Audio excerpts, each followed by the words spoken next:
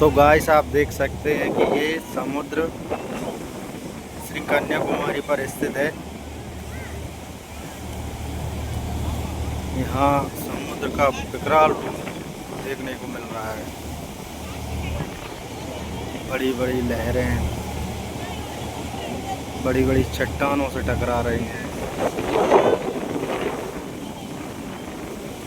ये अपने स्वामी विवेकानंद की स्टैचू।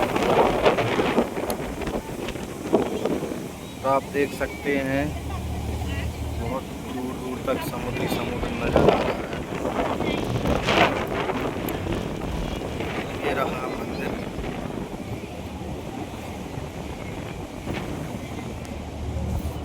और ये रहे हम।